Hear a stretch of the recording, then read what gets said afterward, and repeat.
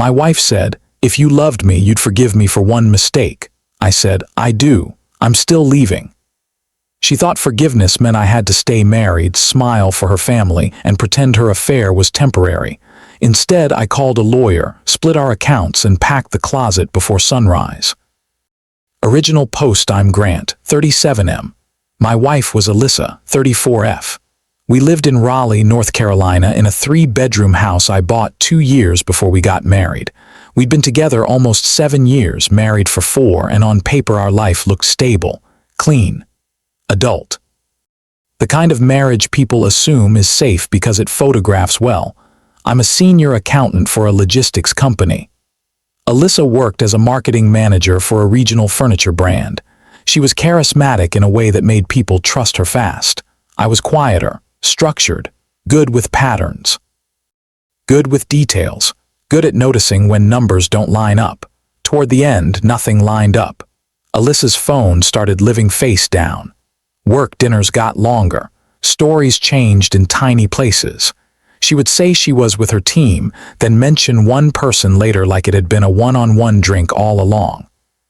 When I asked questions, she never got caught enough to panic.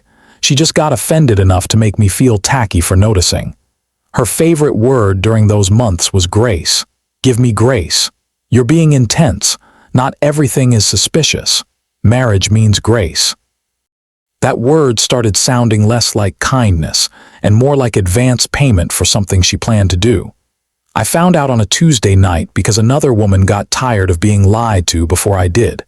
At 8:16 p.m., I got a text from an unknown number while I was in the kitchen making grilled chicken.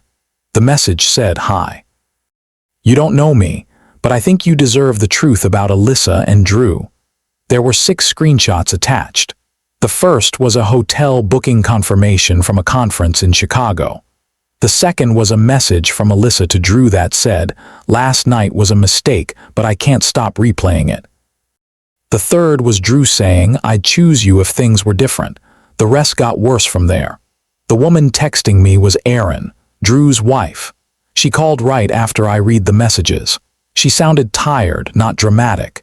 Said she found the text synced to an old tablet their son used for games. Said she had confronted Drew an hour earlier.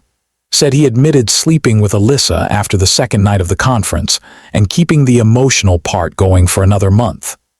Then, Erin said the sentence that settled everything for me. "I'm not contacting you to blow up your life. I'm contacting you because mine already blew up and you deserve the same facts I got." We talked for maybe 7 minutes, calmly, almost politely. 2 strangers standing in the same wreckage. Alyssa walked in 20 minutes later carrying a tote bag and a smoothie like she was coming home to a normal Tuesday. She took one look at my face and stopped. "What happened?" I held up my phone. "You tell me." Her face drained so fast it was almost impressive. She set the tote bag down slowly and asked where I got that, not what it was, not whether it was true, where I got it. From Erin. Alyssa sat down at the kitchen stool like her legs had quit. For a few seconds she said nothing. Then it started. The crying, the shaking hands, the "I never meant for it to happen" voice. She admitted all of it in pieces. Chicago conference, too much to drink, Drew saying his marriage was over anyway. One night turning into private messages because she felt ashamed and confused and stupid. She kept saying mistake like the word got smaller every time she used it. Then she said the line that ended my marriage more cleanly than the affair itself. "If you loved me, you'd forgive me for one mistake." I looked at her for a long second. Then I said, "I do. I'm still leaving." That confused her more than anger would have. She blinked. "What? I forgive you, Alyssa. I'm not going to spend the next year screaming about it. I'm not going to throw plates. I'm not going to poison myself holding on to rage, but I'm still leaving." Her crying changed after that. Less guilt, more panic. "Grant, no, that's not forgiveness. It is for me. You can't say you forgive me and then walk out. Watch me." She started coming faster then. All the arguments people use when consequences arrive earlier than expected. It was only once. It meant nothing. "I was going to tell you, we can go to counseling. Married people survive worse. Don't throw away 7 years over one bad weekend. I said the part she kept trying to step around. It wasn't one weekend. It was one night and a month of lies. That landed. She tried another angle. Drew pursued her. She was in a vulnerable place. We had been distant. I asked if she ever once thought to mention that before sharing a hotel bed with another man. She covered her face and cried harder. I didn't yell. That seemed to bother her too. At 1:30 p.m., I told her I was sleeping in the guest room. At 1100, I called my bank and opened a separate checking account online.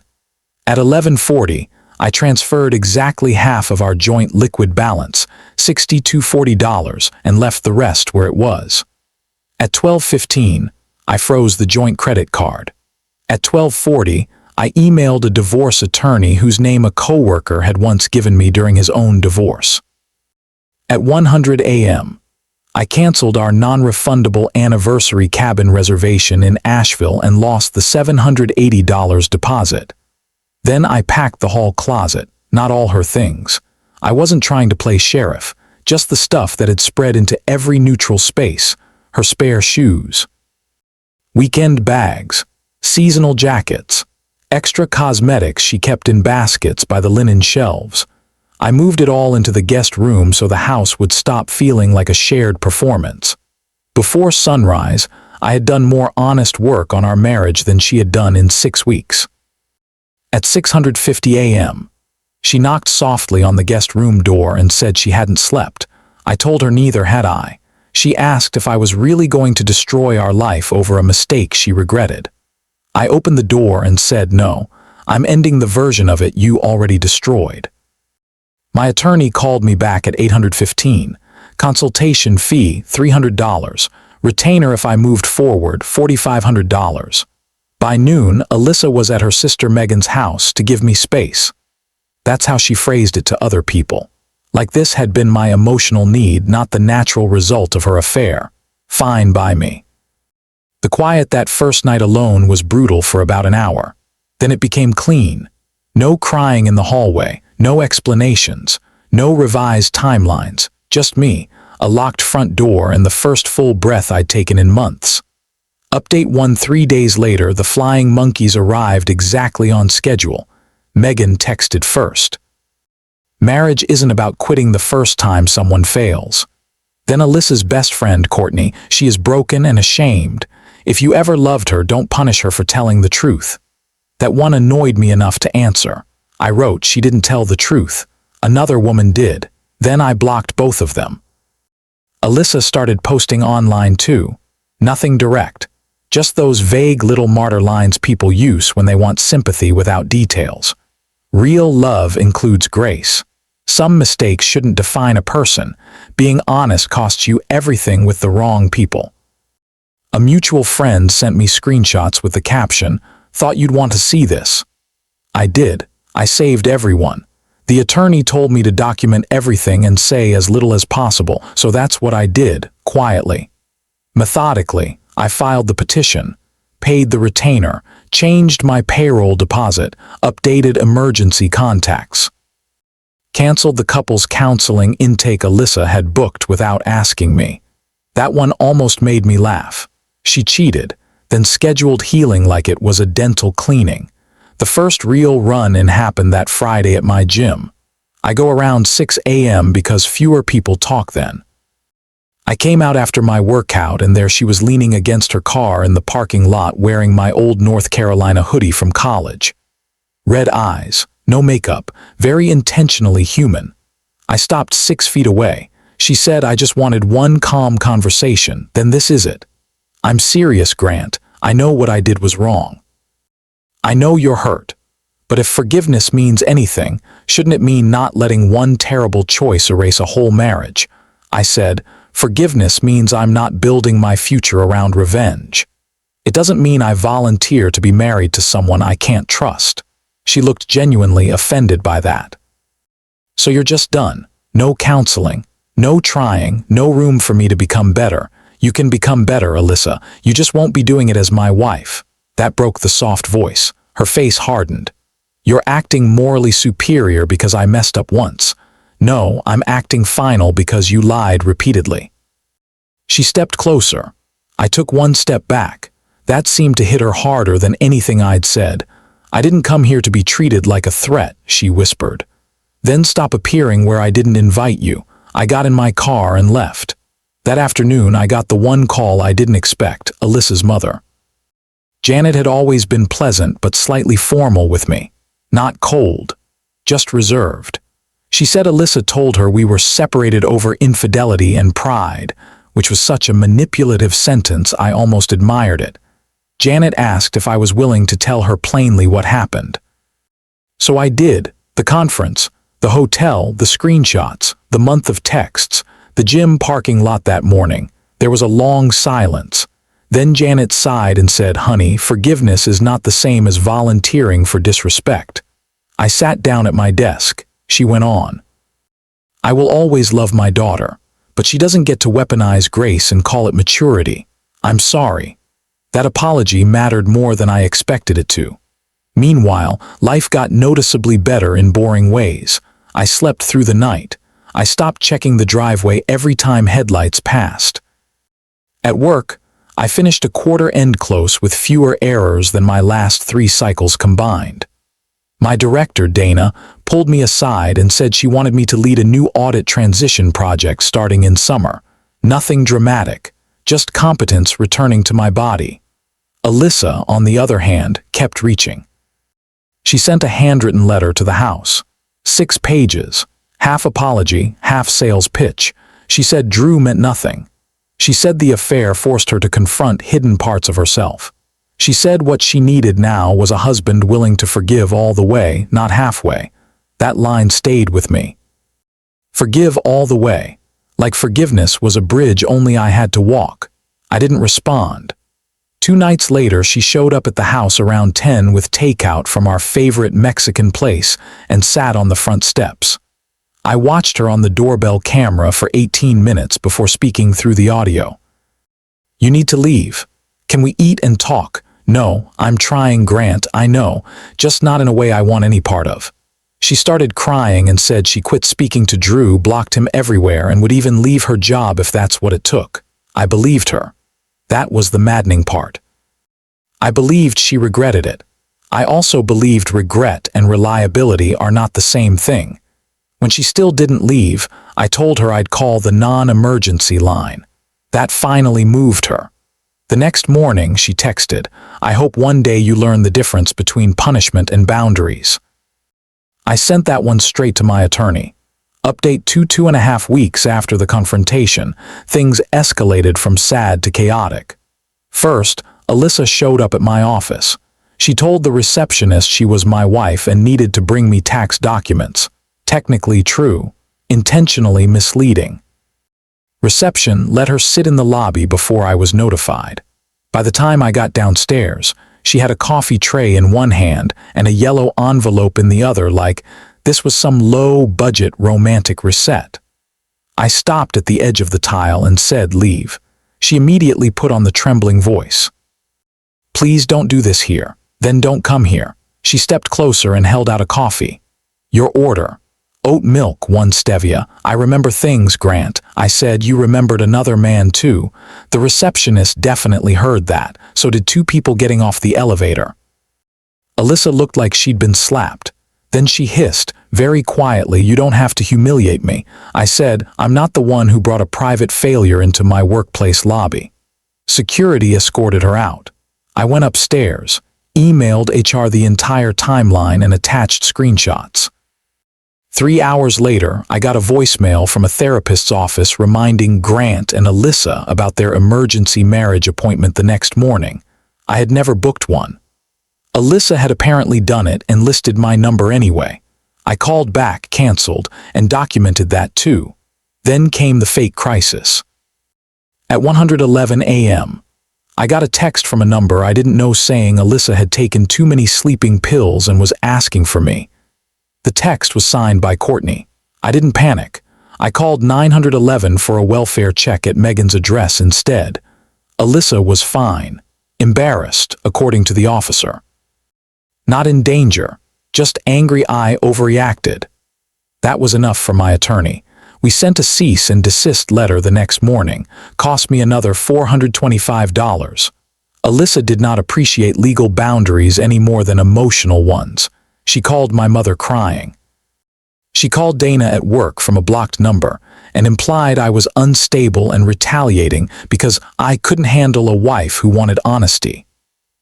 Dana told me immediately and forwarded the call notes to HR. Then Luke, her younger brother, showed up at my house on a Saturday afternoon trying to play hard man on her behalf. He knocked like he wanted neighbors watching. When I opened the door, he said, "You're really gonna throw away your marriage because she begged forgiveness the wrong way?" I asked if he wanted the screenshots. He said no. I texted them to him anyway. He looked at his phone for maybe 10 seconds, then his whole posture changed. He asked, "She kept texting the guy after?" "Yep." He just muttered, "Damn it, Alyssa," and walked back to his truck. That was the last flying monkey with real energy. The real explosion happened the week after that. Dana took our audit transition team out for dinner after a long Friday close. There were 6 of us. One of them was Harper from compliance. Smart, funny, absolutely nothing going on between us beyond easy conversation and shared frustration about vendor reports. Alyssa walked into the restaurant halfway through appetizers. I still don't know how she found it. Shared calendar leak maybe. Mutual friend maybe, didn't matter. She saw Harper laughing at something I said and went pale in that sharp, furious way people do when they realize they expected to be mourned longer. She walked straight to the table and said, "So this is why forgiveness was impossible." The whole table went silent. I stood up and said, "Alyssa, leave now." She looked at Harper and said, "Just so you know, he moves on while pretending he's morally devastated." Harper, to her credit, just leaned back and said, "I think you need to go." Alyssa grabbed the water glass nearest me and dumped it across my shirt and plate. Not movie-level dramatic, just nasty enough. Management called police. Since there was already a cease and desist and prior workplace incident, the officers took it seriously. She got a trespass warning from the restaurant, and my attorney filed for a temporary protective order Monday morning. That same Monday, Dana called me into her office. Not because I was in trouble, because the company wanted to know what support I needed and whether building security required her photo. For the first time in the entire mess, I felt something unexpected. Protected, not pitied, not doubted, protected. Final update: the hearing was 4 weeks later. I showed up with a binder thick enough to make a point before I opened it. Screenshots, call logs, the therapist voicemail, the fake overdose text, doorbell footage stills, HR notes, restaurant incident report, cease and desist delivery confirmation, timeline tabs in blue. Alyssa arrived in a cream cardigan, hair pulled back, looking like repentance with good highlights. Her attorney tried the soft version: emotional distress, marital grief, reconciliation attempts misunderstood as harassment. My attorney kept it brutally simple. She committed adultery, then attempted to define forgiveness as forced access. When denied, she escalated. The judge asked Alyssa one question that cracked the whole thing open. "Did you believe your husband was obligated to remain in the marriage because you apologized?" Alyssa started crying immediately. "I believed marriage should survive mistakes." The judge nodded once and asked, "Even when the other spouse no longer consents?" Silence. Temporary order was extended. Contact restricted except through attorneys until the divorce finalized. The divorce itself settled 6 weeks later. Short marriage by court standards, similar incomes, house was premarital. I kept the house. She kept her SUV. Joint cash was split evenly. No alimony. My total cost between attorney fees, lost travel deposits, security upgrades, and miscellaneous cleanup was just under $8,900. Cheap, compared to another decade. 3 months later, the divorce was final. Alyssa moved into an apartment near North Hills. Last I heard, she was telling people I forgave her in theory, but not in practice, which is probably the closest she'll ever get to understanding what happened. Harper and I did end up getting coffee weeks after everything settled. Then dinner. Then more, nothing dramatic, nothing reckless, just calm, which, after Alyssa, felt almost suspicious at first. Dana gave me the audit transition lead role. Janet sent me one text after the divorce decree: "I'm sorry for my daughter's choices. I wish you peace." I believed she meant it. And the lesson I walked away with is this: forgiveness is not the same thing as reunion. It is not the same thing as trust. It is not a coupon someone cashes in after they betray you. I did forgive Alyssa. I let go of revenge. I stopped replaying the affair in my head like a punishment loop. I wished her a life that made her grow up. But forgiveness without boundaries is just permission with better branding. Some people only ask for grace because they are terrified of consequences. They call you cold because you refuse to confuse mercy with access. I learned that you can forgive someone completely and still lock the door, sign the papers, and sleep better after they're gone. If you've ever been through something like this, or if you think I handled it right or wrong, comment below and share your opinion. Subscribe, like, and share this story with someone who needs to hear it.